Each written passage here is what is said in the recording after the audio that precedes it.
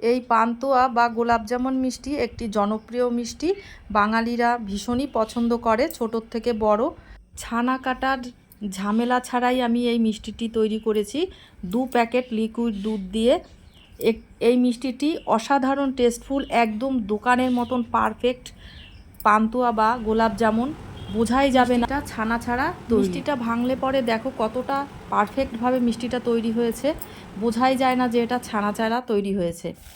নমস্কার বন্ধুরা, সবিতাস cooking and blog চ্যানেলে তোমাদের সকলকে স্বাগত জানাই।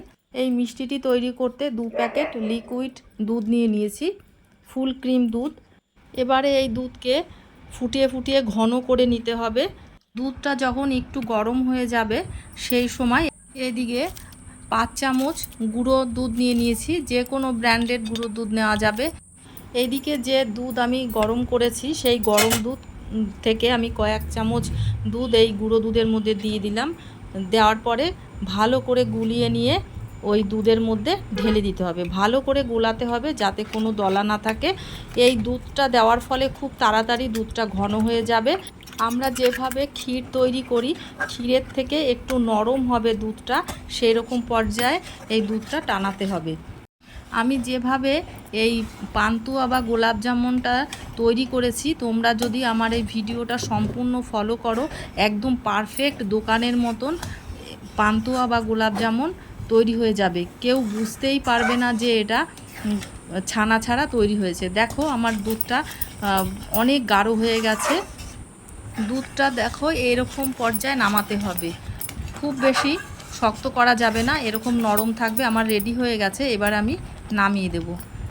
এবারে একটা মিক্সিং বোল নিয়ে নিয়েছি, এর মধ্যে আমি 2 কাপ ময়দা নিয়ে নিলাম, 5 চামচ গুঁড়ো দুধ নিয়ে নিয়েছি, তোমরা যে কোনো ব্র্যান্ডেড গুঁড়ো দুধ নিতে পারো। আর এর মধ্যে এবার দিয়ে দেব ঘি, 2 চামচ ভরা ভরা ঘি দিয়ে দিয়েছি। এবার সমস্ত শুকনো উপকরণগুলোকে ভালো করে মাখিয়ে নেব। মাখিয়ে নেওয়ার পরে এর মধ্যে চা চামচের 4 ভাগের 1 ভাগ বেকিং সোডা দিয়ে দিলাম। বেকিং পাউডারও দিতে পারো। আর বেকিং সোডা দেওয়ার পরে ভালো করে শুকনো উপকরণগুলোকে মাখিয়ে নিতে হবে। নেওয়ার পরে যে দুধটাকে ফুটিয়ে যে ঘন করে নিয়েছিলাম সেইটা অল্প অল্প করে দেব, আর ভালো করে এই শুকনো উপকরণের সঙ্গে মাখিয়ে নেব। খুব ভালো করে মাখিয়ে নিতে হবে, অল্প অল্প করে দিতে হবে আর ভালো করে মাখিয়ে নিতে হবে। 2 প্যাকেট লিকুইড দুধকে ঘন করে নেওয়ার পরে যতটুকুন মানে হয়েছে সেই গাঢ় দুধটা, সেটা আমি সমস্তটুকুনি দিয়ে দিয়েছি। দিয়ে দেওয়ার পরে দেখো ডোটা কিন্তু একদম নরম ডো তৈরি করতে হবে। আমার মাখিয়ে নেওয়ার পরে এরকম ডোটা তৈরি হয়েছে, একটু শক্ত মনে হচ্ছে, তাই সামান্য পরিমাণে জল দিয়ে আমি আরেকটু নরম করে নিচ্ছি। এই জলের পরিবর্তে তোমরা দুধও দিতে পারো। জল দেওয়ার পরে ভালো করে ডোটাকে মাখিয়ে নেব, একটা সফট ডো তৈরি করে নেব। হাতে একটু ঘি মাখিয়ে নেবে, তাহলে হাতে একদমই ডো লেগে থাকবে না, ইজিভাবে ডোটা মাখা হয়ে যাবে। দেখো আমার ডোটা মাখা হয়ে গেছে আর এরকম নরম হবে। এবারে এই ডোকে 15 মিনিটের জন্য রেস্টে রেখে দেব। এবারে চিনির শিরা রেডি করে নেব। তার জন্য 1 বাটি চিনি নিয়ে নিয়েছি, আর ওই বাটির পরিমাণেই 1 বাটি জল দিয়ে দিলাম। গ্যাসকে হাই ফ্লেমে রাখবো। চিনির শিরাকে রিফাইন করার জন্য খানিকটা অল্প পরিমাণে গুঁড়ো দুধ দিয়ে দেব। আর এই গুঁড়ো দুধটা দিতেই গুঁড়ো দুধটা সম্পূর্ণ গলে যাবে আর একটা ফেনা তৈরি হবে। যখনই একটা ফেনা তৈরি হবে, এই ফেনার মধ্যেই চিনির ভিতরে সমস্ত নোংরা যা আছে বা চিনির যে গাঁতটা থাকে সেইটা বেরিয়ে আসে। মানে মিষ্টির যারা তৈরি করে তাদের ভাষায় গাঁত বলে, সেই যে গাঁতটা এই ফেনার মধ্যেই বেরিয়ে আসে। এবার এই ফেনাগুলো তুলে নিতে হবে। তুলে নেওয়ার পরেই চিনিটা একদম রিফাইন মানে চিনির শিরা রেডি হয়ে যাবে। আর এইরকম এই টেকনিকটা করলে খুব ভালো হয়, চিনির শিরাটা খুব ভালোভাবে রেডি হয়। আর এই চিনির শিরাটাকে আরও সুগন্ধ হওয়ার জন্য আমি এর মধ্যে কয়েকটা এলাচ ফাটিয়ে দিয়ে তার দানা এর মধ্যে দিয়ে দিলাম। আর চিনিটা হাতে দিয়ে চেক করলে যখন একটা স্লিপ ভাব আসবে তখনই চিনির শিরাটা রেডি হয়ে যাবে। চিনিটা একতার বা দুতার করা যাবে না। এই দিকে আমি যে ডোটা রেখেছিলাম 15 মিনিট হয়ে গেছে। এবারে সেই ডোটাকে নিয়ে একটা থালার মধ্যে নিয়েছি, নিয়ে ভালো করে একটু ঠেসে ঠেসে মেখে নেব। এবারে মেখে নেওয়ার পরে এই ডোটাকে দুভাগে ভাগ করে নেব। এবারে এক ভাগ ভালো করে মেখে সম পরিমাণে মানে একই সাইজের হবে পান্তুয়াগুলো, সেই রকমভাবে ডো নিয়ে ভালো করে এই ডোটাকে একটু প্রথমে হাতে যখন গোল শেপটা দেব তখন একটু ঠেসে ঠেসে গোলটা করব, আর তারপরে আলতো হাতে গোলটা পাকিয়ে নেব। গোলটা যখন পাকাবো এই গোলের গায়ে যেন কোনো ফাটা না থাকে, আর গোলের গাটা যেন একদম মসৃণ থাকে, মসৃণ তেলে থাকবে, তাহলে ভাজার সময় এই পান্তুয়াগুলো একটুও ফেটে যাবে না, একদম দোকানের মতন পারফেক্ট পান্তুয়া তৈরি হবে। বা ভেতরে কোনো মানে চিনির শিরাতে ভেজানোর পরেও কোনো গুটি বা দলা থাকে না। দোকানেও যখন আমরা দেখো অনেক সময় পান্তুয়া কিনে আনি বা গোলাপজামুন যাই বলো না কেন যখন আনি, তখন অনেক সময় তার ভিতরে দলা বা গুটি থাকে, সেইটা একদমই হবে না, পারফেক্টভাবেই পান্তুয়াটা রেডি হবে।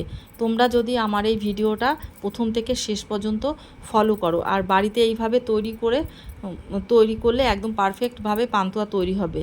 আর এইবারে আমি সমস্ত পান্তুয়ার শেপগুলো আমার দেওয়া হয়ে গেছে। এইদিকে কড়াইতে তেল বসিয়ে দিয়েছি।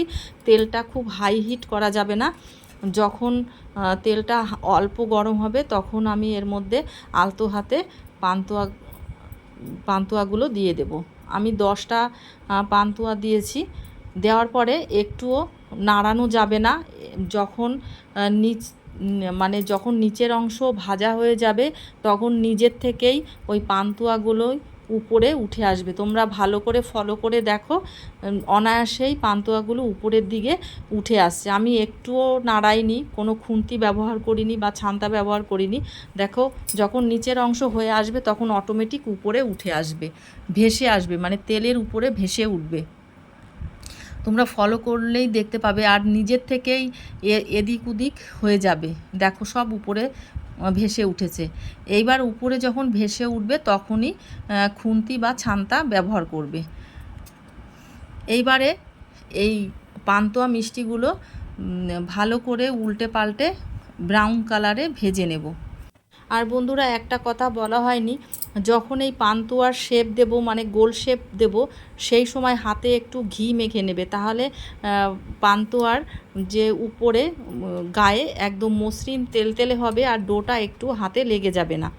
আর বন্ধুরা আমার এই ভিডিওটা যদি ভালো লেগে থাকে অবশ্যই তোমরা তোমাদের বন্ধুবান্ধবের কাছে শেয়ার করো, যাতে তারা এই ভিডিওটি দেখে উপকৃত হয়, বাড়িতে এইভাবে পান্তুয়া তৈরি করতে পারে।